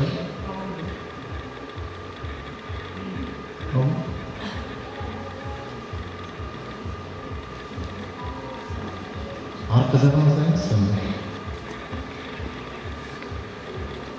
Biri tarihta Toğuluk Molda Niyaz, Molda Kılıçkıp, akın atalar üstündagi alımları, ilimdegleri bilimdireleri olmalı. 7 Doğan Kırgız'ta жыйнап келсең 70 жакын чыгарбыз, бирок жаратканды таанып билбей, жамакчылык менен гана убара болуп, адамдын сыртқы кебетеси менен гана, кепшири менен гана айтышып, бирок адамзаттын, ааламдын көйгөйү турган кезде көйнүктөн өйдө көтөрүлүп алган, белден жогору чыкпаган бир акындардан болуп калбаса экен деп, ошол бабалардын басып өткөн жолундай, акындардын, аалымдарындай бололу деген изги тилек менен кеткенбиз. Тоя акын атабыздын бир ыры бар. Карасаңыздар, акыр заман келерде темирди жиптей өрөсүн, олтуруп алып үйүңдө дүйнөнүн баарын көрөсүн. Акыр заман келерде адепсиз чыгып балдарың болбогонду болтурат, күйөөгө чыкпай кыздарын үйүңдө төрөп олтурат деп ырдап койду. Болбосо барып акын атабыздын ырын караңыз. Кабар алсам ааламдан, кабар алсам замандан, адам чыкпайт айбандан, бир айбан чыгат адамдан деп ырдап чыкты. Булар 150-200 жыл мурда айтылган ырлар. 150 жыл мындан кийин эмне болушун айт десең бир акын айта албайбыз. 150 мында кой, 150 күндөн кийинки божомол жөнүндө сүйлөй алабыз. Алар болсо дал ушул Алла Тааланын илими билими менен мына ушундай оолялык көрөгөчтүк даражага жетти. Алардан бүгүн өзүлсөгө сөз өлбөй арабызда жүрөт. Андыктан эзги тилек менен барып келген, ошол жактан азбы көппү алып келгенибизде Алла Таала дагы да берекелүү болсун. Бүтүндөй кыргыз коомчулугуна, келечек буын жаштарга кызмат кылууга, бейишке татыктуу жашоо өтүүгө Кудай Таала бизге, сизге күч кудурет берсин. Урматтуу жаштар, кайсы бир акылдын жаман болушу ошол мамлекеттин экономикасынын бир кадам артка кеткени, кайсы бир акылдын жакшы болушу ошол мамлекеттин экономикасынан бир кадам алдыга кеткен. Ар бир жаштар ошол жерде турасыздар. Кылып аткан ар бир ишиңизден ата энеге эки нерсе алыңыз. Же алкыш, же каргыш. Бир ишти жакшы иш кылсаң, ата энеңди тааныбаса дагы сени көргөн адам кандай жакшы кыласың, кандай жакшы кызсың, тарбия берген ата энеңе рахмат балам деп өзүң менен кош ата энеңе рахмат айтат, тааныбаса. Же маселенин тетиги дагы бир ишти жаман иш кылсак Кудай сактасын, өзүбүз менен коша тарбия берген ата энеңен алып болсун деп туруп ата энебизди кошо каргап коет экен. Андыктан жалпы жаштар өзгөчө сиздерден сураган келиңиздер. Ар бирибиз ар бир аткарып аткан ишибизден ата энеге же алкыш же каргыш алат экенбиз, ар дайым алкыш ала турган аракеттерди, мээнеттерди, эмгектерди жасайбыз деп сураган. Günümüzdeki okuyucu degen söz oku degen yetişten çığ müçösün ulap okuyucu degen zata tavış kabul aldık. Oşa ben okuyucu çığ müçösün malga ulasam malçı, koyucu, facebookçu, internetçi, uşakçı çığ getirir. Бирок сиздер менен бизде окуучу. То же самое и на русском. Мы говорим ученик. От слова учиться мы взяли это слово. Значит, Türkçe'de aynen öyle. Öğrenmek ve öğrenmek. Özbekçe'de şuna bak, okumak ve okuyucu. Böyle. Bartık dilde. Even in English they say, we have the God word study. From this word we got the students. The same meaning. Bir de yine mani. Ошондуктан мен жалпы студенттерге окуучу деген наамга тактуу болду. Келип алып жөн эле уктоочу же ушактоочу болбойлу. Жөн эле бир убакыт өткөргөнүздөр. Биздин учурда окуп аткан кезде сумканын ичин толук жүк менен көтөрүп жүрөм. Атам айтчу, балам, илим алыш үчүн оор жүктү көтөрүп билиш керек десе, атам айткан деп рюкзагын толук сумканын көтөрүп жүрөм. Көрсө атам китептин оордугун эмес, илимдин өзүнүн оордугун жоопкерчилик айткан экен, аны кеч түшүндүм. Бирок ошон үчүн азыркы жаштар you have the gadget. Силерде телефон, интернет, планшет, ноутбук, бүт нерсе бар. Эмне деген техника өстү. Баягыдай монондой калыңдыктагы слогандарды көтөрүп жүргөн жоксуңар. Бардыгы техниканын ичинде. Бирок заманан ушунчалык жеңил болгон сайын жадак болуп аткан жаштарга кээде таарыласың. Урматтуу жаштар, колуңардагы техника, технологияны цивилизацияга өркүндөп өсүүгө пайдалангыла. А биз болсо жөн эле бирөөнүн тиктогун, бирөөнүн башкасын көрүп, лайк басып же ушакташып, коммент жазганга гана убакытты коротуп коюп атабыз. Тескерисинче, башкаларды ээрчите турган мыкты инсандардан болгула деп жаштардан сураган элем. Урматтуу жаштар, колуңардагы техниканы илим алууга пайдалангыла. Бирөөнүн Instagram, Facebook башкасы менен алаксыбаңыздар. Башкага коммент жазуу менен убактыңды кетирме. Кетейин, телефонуңдун ичинде окуп аткан китептериң барбы? Телефонуңдун ичинде үйрөнүп аткан программаларың барбы? Ошо менен алек болгула. Бирөө мактанып атат бүгүн. Instagramда менин ушунча миң катталуучум бар. Миллион катталуучу бар экен, мактанып атат. Өзүн тим эле бир килтеген телеканалдын директорундой алып жүрөт. Урматтуу жаштар, макул. Бирок сенин миллион катталуучуңдун ичинде карасаң, миллион сага окшогон келеши болчу. Биз миллион жинди болдук деген сөздөр окшошуп атат. Бардығын қарасаң, ушақ, қыйбат, жанағындай бір жаман нәрселер менен алек, бирок ошонун да катталуучусу көп да. Ошондуктан жалпы жаштар, катталуучу менен мактанган. Бүгүн чыныгы жасап өткөн эмгек мээнет менен эртең тарых бетте кала турган китеп жазба, башкалар сени тарых бетке жасап өткөн ишиңди жаза турган эмгек калдыр. Мына ошону кылууга жалпы жаштарды суранып кетем. Демек окуучу үйрөнөлү. Алимахим, баарына адамгерчиликтүү мамиле жасаганды биринчи үйрөнөлү. Бүгүн жаштар этте үйлөнүп алыш үчүн жоолугун оруп, элге тийиш үчүн жоолугун орогон кыздар бар тилекке каршы. Этте үйлөнүп алыш үчүн топу кийип, сакалын коюп, астагфирулла деген эркектер бар. Эртеси мыкачылай зулум кылып аткан эркектер бар. Урматтуу жаштар, адамдын сыртқы кебети кепшилигине алданбаңыздар. Пайгамбар алейхиссалам таштандыда өскөн гүлгө султан багылабайт. Мындан улам эмне жаман чөйрөдө өсүп калган кызга же жаман чөйрөдө өсүп чоңойгон балага султан багылабайт. Анын адеп ахлагы, мамилеси адамгерчилигине багланган. Бир мугалим досторго бирди жазат. Мынау бир сенин адамгерчилигиң. Мынау сенин сулуулугуң. Мынау сенин байлыгың. Мынау сенин не болгон дипломуң. Мынау сенин не болгон ишиң. Мынау сенин айлана чөйрөң, атаң. Мынау болсо сенин атак даңкың, депутаттык, жолусу акылдык даражаң башка. Достор, экранда канча болду? Миллион. Бир нөлдөн канча калды? Дагы бир нөлдөн. Келгиле мен нөлдөргө тийбейин. Бирдин өзүн алып канча калды? Нөл калды. Жалпы жаштар, сенде бир, адамгерчилик болбогондон кийин мага койсо депутаттын баласы бол, президенттин кызы бол, дүйнөдө эң бай сен бол, эң сулуу сен бол, бирок башкалардын алдында нолдон айырмам жок. Андыктан жаштар, атаң апаң жашап аткан особняк вилла менен, атаң апаң минип келген джип машина менен мактанбагыла, алардын бардыгы ата-энеңдики. Сен өзүңө тиешелүү болгон адеп ахлак менен ата-энени уят кылбай, мыкты деңгээлде алдыга умтулууга жаштар. Кийин маданиятын мыкты өздөштүргөн жаштардан болду. Мен жалпы жаштар жаздан күнү келатат, муну атайын таштап коем. Анткени бүгүн кийген кийиминин жукалыгынан айнан ички кийиминин өңү түсүнөн бери билип турган жаштарды көрүп уялып кетесиң. Урматтуу кыздар, балдар, келгиле. Кийген кийимиң, демократия деген сөз дабдырлык деген нерсе эмес. Демократия деген сөз келесулук, акмактык деген нерсе эмес. Унутпагыла, адеп ахлакка туура келбеген нерсе эч нерсеге туура келбейт. Андыктан жалпы жаштар, мен басымды бөлүп шаарга келген айылдан келген студенттер, мен айтар элем да, айылдан келген студенттер айылдын арулугун, айылдын тазалыгын, айылдын ичпейдигин, айылдын адамгерчилигин шаарга келип, шаарды өзгөртүп чалышын ордуна шаардагы 20 студентти көрүп алып туруп, мини юбка, биндигин ачкан таргыл чач, башка боюна отуруп, мыналар айылды кошоп келип атабыздар. Андыктан жалпы жаштар, келиңиздер, айылдын арулугун, тазалыгын алып келгиле. Ал эми шаардан айылга баратканда сөзсүз түрдө жаштар, студенттер чөмтөгүлөргө 50 сомго 50 дана курут же 50 дана бир чакыч сагыз зыбачка салып алып барыңыз. Көчөңүздөн баштап жаш балдар чыкса, "Аке кандай десең, кандайым? Жакшы болуп атасың, азаматсың, мен сага курут берем" деп 20 бөбөктөн көчөңдө ойноп аткан 20 жаш балага курут берип койсоң, алып колуна алып, "Мына байке, сонду мен, аны эже, мен ушундай болгум келет да." Сен азыртадан баштап айылыңдын көчөмдөгү жаш балдарга идеал боло баштадың. Сен бир иш менен 1000 жакшылык кылдың. Сен кеткенден кийин анау бала апасына мактанып берет, апаң сенин апаңа келет да. Кече сиздин балаңыз менин балама чакчы берген экен. Өлө мактап келбеди. Кандай сонун балаңыз бар деп, кошмалардын ынтымагын бекен деп кайра келет. Эмне менен 50 сомдук жашка менен алып койдуң ошону бар. Урматтуу жигиттер, кыздар, айылга мынау жактан барган кезде мыкты деңгээлде жакшылыктарды жасоо менен барабыз. Толгон токой идеялар бар.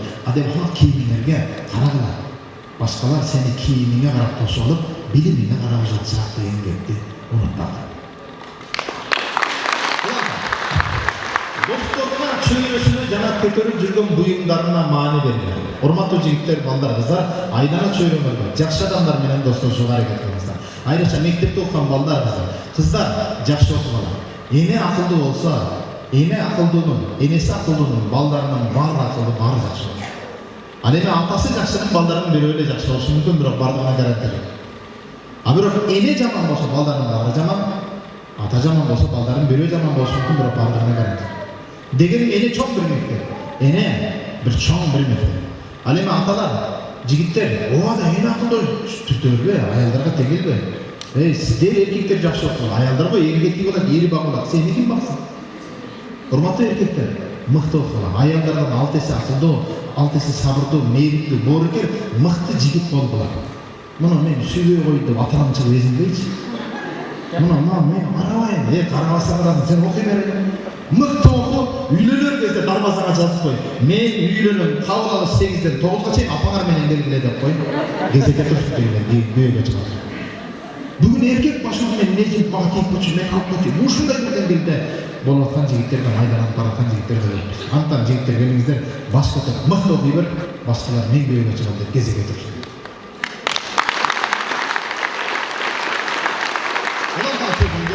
Мекенин, элин, жерин, тарыхын жана урматтуу жаштар, улуттук баалуулуктарын сүйүүсү ар бир жигиттен, кыздан, окуучулардан талап кылынат. Мекенчил болгула. Мен улутчул деген жокмун, мекенчил болгула. Анткени кыргызда бир макал бар, ал макал айбан таяк жеген жерин унутса да, тамак жеген жерин унутпайт деген макал бар. Карасаңыздар. Антанчы, мына ошол мекенде өсөнүп көргөндөн кийин, кайсы улут болсоң бол, бирок ошол Кыргызстанда жашап атасыңбы? Анда нахну нақулу бил-луга арабия хуббул ватан мин ал-иман. Арабчада биз мекен сүйүү имандан дейбиз. That is why, never give up. If even you were born not in this country, even you came here from outside, but anyway, just now you are working here, even you are living here, that is why you have to respect all the rules of this country. Не деп жатқанын өзім де білмеймін. Айт. Урматтуу жаштар, макалдан уламайды. Ким кайшылык болсо, не бывает плохого народа, а бывает плохой человек. Из-за одного человека никогда не говорите, что это плохая нация. Bir ulutun aynan айтпа. Дегеним ар бир эмне, ар бир улуттун бардыгынын жакшылыгы өзгөчөлүктүрү бар. Мен Египет өлкөсүндө жашап келдим. Ал жактагы арабтардын мыкты тараптарын үйрөнүп келдим. Алар менен кичине маектешебизин. Тилиңе дал келип табышып калсаңчы, андай мамиле таппайсың.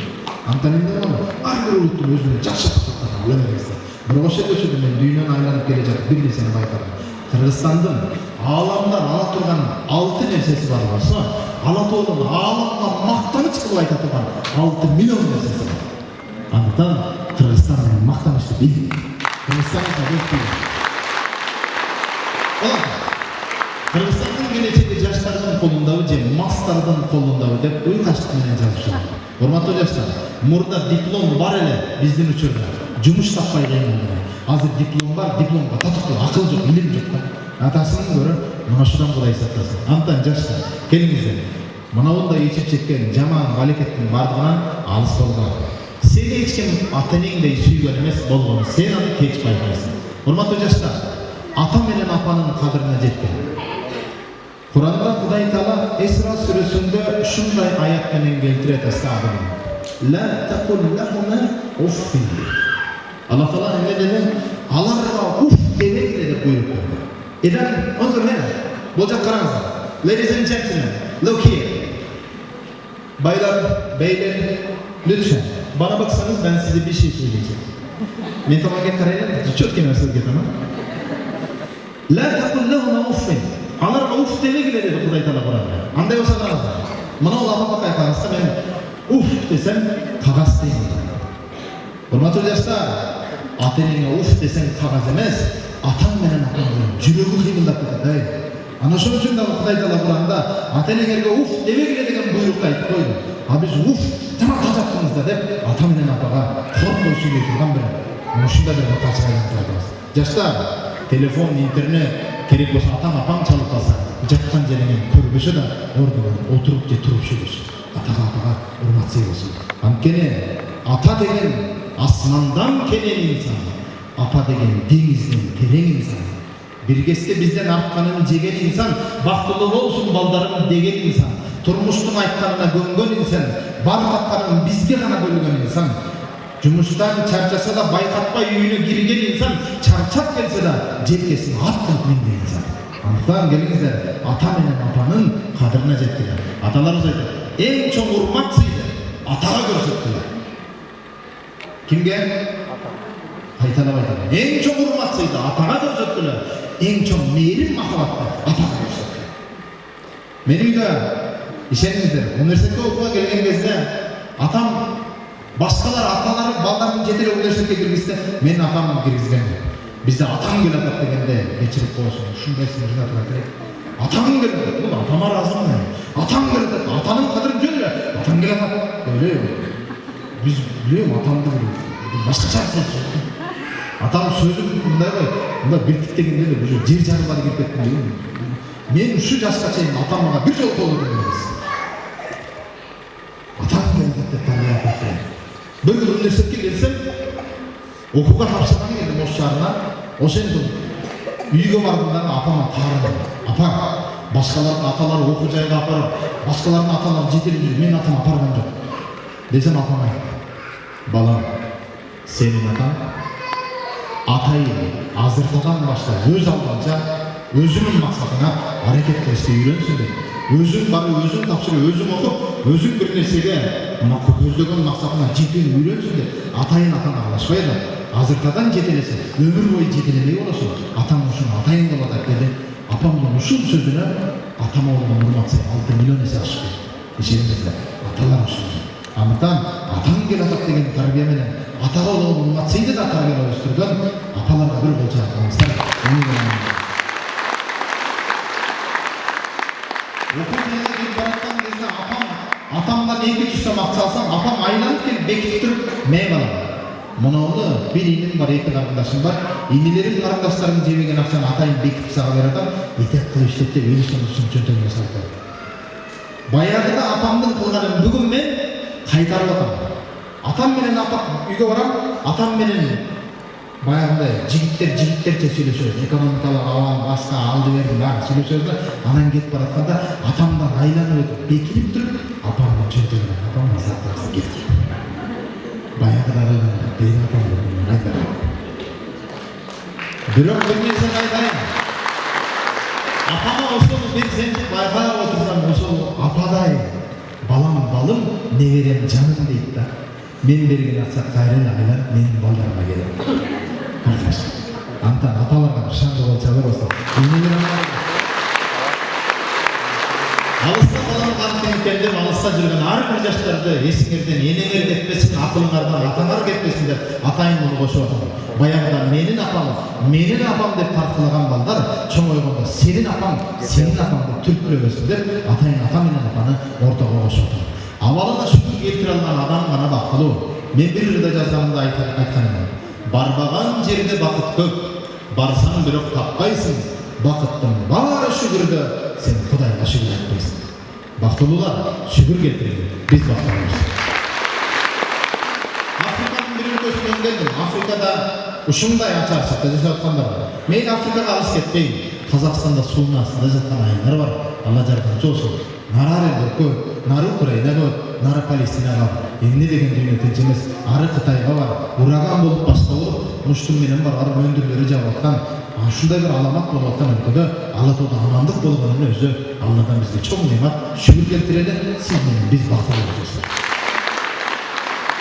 Алар менде бир мындан арактан баштасын. Мен жаштарга ушул сүрөт менен бир нерсени айткым келет. Бардыгы кызыгуудан башталат. Бир уртамара, бир ичип көрөйүнчү, бир үстүк сигарет, бир чегип көрөйүнчү, бир наша шприцти, бир сайып көрөйүнчү, бардыгы бир жол кылып көрөйүнчү деп башталган. Китепти да бир окуп көрөйүнчү деп башталат. Андыктан келиңиздер, жалпы жаштар кызыгууну жаман жака эмес, жакшы жака колдонгула. Бир жолу чегип койм, эчтеке болбойт дебеңиздер. Бардыгы бир жолудан башталган. Бактылуу жашоодун ар бир өтүн Кудай белгилеген. Биз момундай заманда жашасак, алыстагылар белгидей заманда жашап, шүгүр келтирели. Ким эмне десе дей берсин. Жумуртканы караңыздар.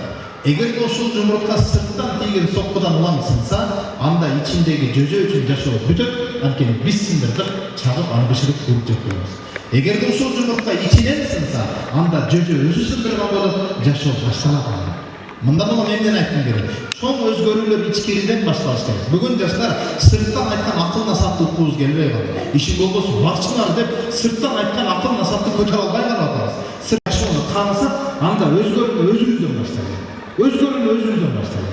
Башка бирөөдөн сылтаны баштайбыз дегенде. Ар бирибиз өзгөрүүнү өзүбүздөн баштайлы дегенде.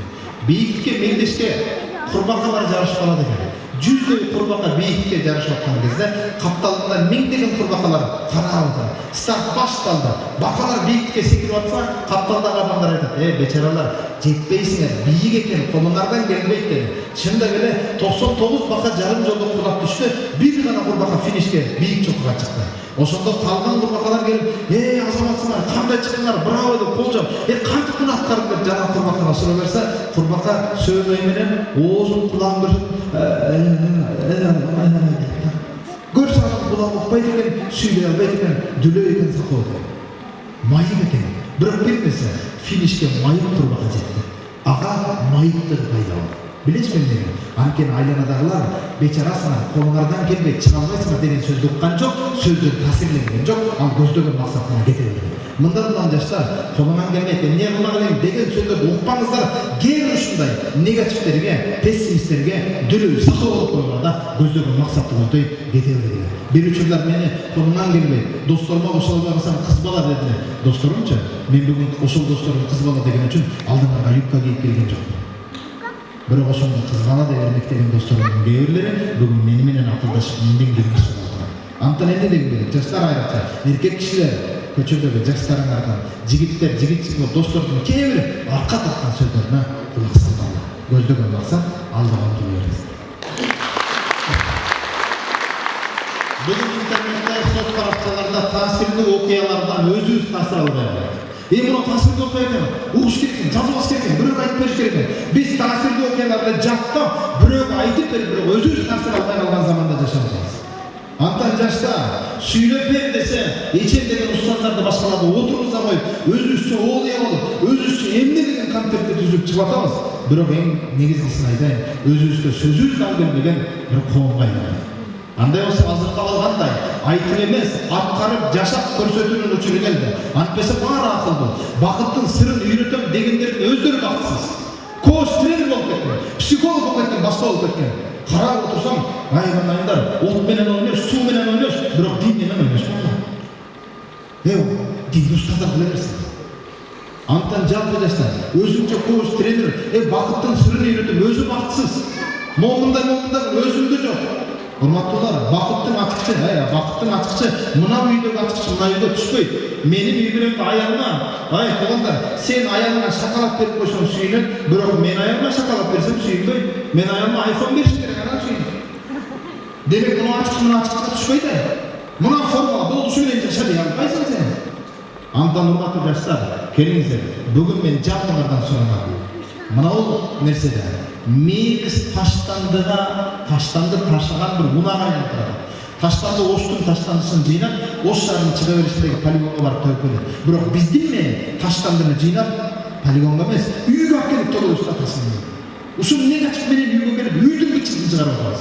Антан жалпы жаштар, сыртта эмне болсо, бирок үйгө сүйүлгөн перзент, сүйүлгөн эне, сүйүлгөн ата, сүйүлгөн мыкты уул кыз болуп кирип баргыла деп айтармын. Мен болгон айырмалык ушул болот. Көп жашаган билбейт, көптү көргөн билет. Урматтуу жаштар, келиңиздер. Өзүбүзгө сөзүбүздү алып келген. Bir адамдан bir китеп долбоору мындан ары жаңы доорго өтпөсө болбой калды. Мен ушуну сунуштадым. Тагырааганда мекемелерге алып барган китептерибиздин көбүн чалбасып жатат. Тилекке каршы. Китептер абдан көп басылып, окуганга да жетишпей атабыз. Басылган китептердин басымдуу бөлүгү бизнеске багытталып атат, же калган катмары психология же жеке сезимдерге байланышкан жана биографиялык китептерге айланат. Урматтуу жаштар, мен сиздерден мына ушул доор менен биргеликте bir адамдан bir китеп долбоору мындан ары жаңы доорго өтпөсө болбой калды. Буга чейин китептерди тапшырып келген болсок, мындан ары окуган китептерди презентация кылып айтып берели деген гана сунушумду мен жалпы командага айтып бердим.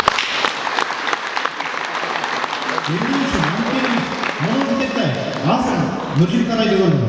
Bir окуяны баштап туруп, калганыңды сага оку деди. Ошондуктан мен 3 жылдан бери келдим. Bir китебиңизди өзүңүз кол коюп, мага бериңиз дегенде бети жок кылып сурай бердим. Bir китебиңизди алып. Жанагы өзүңүз баштап койгон жерде эми барактап табышым керек. Мурда юбка кыскарып кетти деп, кыскарган кийимден арызданса, азыр алып жөн эле болуп калды. Азырча 30 мүнөттүк бир нерсени көрбөй калды. 30 секундтан узап кеткен роликтин узун экен деп көрбөй калды. Аң сезим кыскарып кеткени кийимдин кыскалыгынан бетер апарат болду. Кийимдин кыскалыгынан алып калды. Аң сезим жарым мүнөттөн 1 мүнөттөн ашып кеткен видеону көрбөй атабыз. 10 мүнөттөн 10 парактан ашып кеткен китепти окубай калдык. Антан жалпы жаштар, келиңиздер. Ушул аң сезим кыскарып атканда, окугандан зеригип аткан адамдарга кел, мен мына китепти окуп бүттүм, сага айтып берем деп. Окумай эле кой, айтып берем. 100 кишиге айтып бер китепти. 100 киши сен менен кошо китепти окуган менен барабар ийгиликти жарата берет. Антан эмне кылалы? Келгиле, тапшырып таштап кое бербей, окуп, аны айтып берип, презентациялоонун дооруна өтөлү. Bir окуучуга китеп бердим. Мына китепти бердим, кийин келип окудуңбу сен? Ооба деп. Жалган айтканын билем. Билесиңби? Анткени мен мына жерде 75-бетке келгенде, мына жерге калем менен жазып койгом. Ушул жерге келгенде мага телефон чал деп номерин жазып койгом. Çalgan жоқ. Анықтан қанша кітептер çalбасып жатат. Ошондуктан келиңиздер. Bir адамдан bir китеп долбоорун жалпы жаштар командамен биргеликте мындан ар бир китептер абдан окуган адам жетишип жатканда, бизде команда бар, жаштар бар.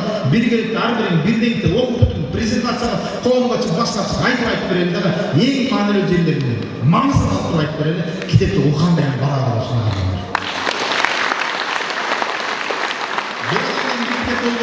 Жаңы доорго өтпөсө болбой калды. Сөзүбүз менен эмес, сөзүбүзгө дал келген, өзүбүз менен жашап көрсөтүп өрнөк бололу. Азыркы заман ушуну талап кылып атат. Лайса бил калам бал бил амал. Сөз менен эмес, өзүң менен. Андай болсо, урматтуу жаштар, айылыңа барып, өзүң ичип туруп ичпегин, өзүң чегип туруп чекпегин, өзүң окубай туруп окугун деп, же болбосо өзүң жакшына болбой туруп, айылда үйүңө нормаль бол дешке кандай акыл бар, өзүң чыккан нормаль болбой атат. Антан келиңиздер, мен эмне деген келди. Мындан ары эл сенин кооз сөзүң эмес, кооз жашап аткан өзүңө карамайынча ишенбей калды.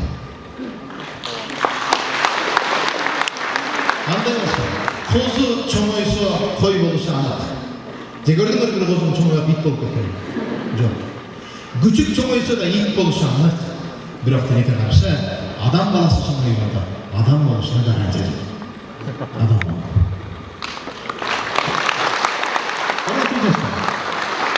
Мен дагы бир нерсени айтам. Адам баласы төрөлөрдө төмөнкү нерселерди тандай албайт. Биринчи орунда дүйнөгө жаралаткан кезде мекениңди тандай албайсың. Мен Кыргызстанда төрөлөйүн болсо башка жерде төрөлөйүн дей албайсың. Менин балам Египетте төрөлдү. А мен өзүм Өзбекстанда төрөлдүм. Мен аны өзүм каалап төрөлгөн жокмун, Аллах жаратты ушуну. Экинчиси жаштар, мындан улам кимдир кайерден келсе, аны жерден келгенде onu бөлө бербеңиздер. Мен өзүм каалап Өзбекстанга барып төрөм, мен апа ата деген жокмун да. Ошол эле учурда ата-энеңди да тандай албайсың. Мен президенттин баласы болуп төрөлөм болсо чыкпайм деген эмесмин. Улутуңду тандай албайсың. Мен кыргыз болуп төрөлөм болсо төрөлбөйм дей албайсың. Ошол эле учурда жынысыңды тандай албайсың. Мен эркек болуп чыккан болсо чыкпайм дей албайт экенсиң. Ошол эле учурда өзүңдүн өңүң түсүңдү да мен ак болом, кара болсом чыкпайм деп айткансың. Урматтуу жаштар, бул тандоо сенин колуңдагы иш эмес. Бул Аллахтын колунда. Андай болсо жигиттер, кандай ата-энеге ээ болгонун маанилүү эмес, бирок кандай ата-эне болорун маанилүү. Келгиле анда. Биз башкаларды күнөөлөгөн токтотуп, өзгөрүүнү өзүбүз менен баштайлы. Мен 5-6 тилде кошуп сүйлөп атам атайын. Ооба, куллу лисани инсан. Канча тил билсең, ошончо билсиң. Два языка знаешь, значит важный человек. Классно. Үйрөнө бергиле тил. Луга казина, албайна сыяктуу тил. Үйрөнө бериңиздер. Anyway, never give up. We said, once upon a time when I was in Bishkek, I read one sentence on the wall. Men Bishkekte bir mektepte dualda bir söylem okudum. If you cannot fly, eğer de uçalmasan, then run. Anda olsa çık. Uçalmasan çık. If you cannot run, then walk. Eğer çıkmasan basan. If you cannot walk, even crawl. Eğer basan anda jörmele. Jörmele almasan, yenilirsen, işirsen bir orada tutup çıkmasan transportu. Ansarda makyajlar kelingizler. Özgörlüğünü özünüzden başlayınızlar. İyilikli bolluğunu kalasınız. Özünüzü özgörlüğüne salıştırıyorsunuz. Özümde özüm menен salıştır. Keçe kандай elem, bugün kандай elem. Aldığa жылдым mı жокtu? Özüne söyle. Жыл барында. Peygamber Aleyhisselam kitabında Müslümanların bir günü, geçeksi menен bugün, iki gün birbirine okşuş bolmaydı. Eğer de bugün aldığa жыл bayatkan olsun, demek ki köy dedi, artta get baratılsın dedi. Antanlar mı yaşlar gelingizler. Benim sözümde jeni tağıtım. Bir atılman enenin oğluna aytkan sözü var. Balam, atana karaganda böğrөp kite. Ankene baldары ата-энелеринен ашпаган улут алдыга жылбайт деп кеңешин берген экен. Урматтуу жаштар, келиңиздер. Биз ата-энелерден да көбүрөөк китеп окуп, алар жетпеген ийгиликти биз жетип багынган, бизге насип кылсын, биздин балдарыбыз бизден өлмөй калып, биз келген жерге арулап келе турган мыкты инсандар болсун. Биз кедей болсун, каяктагы мыкты тамак, каяктагы кымбат жер, каяктагы кымбат үй дейт.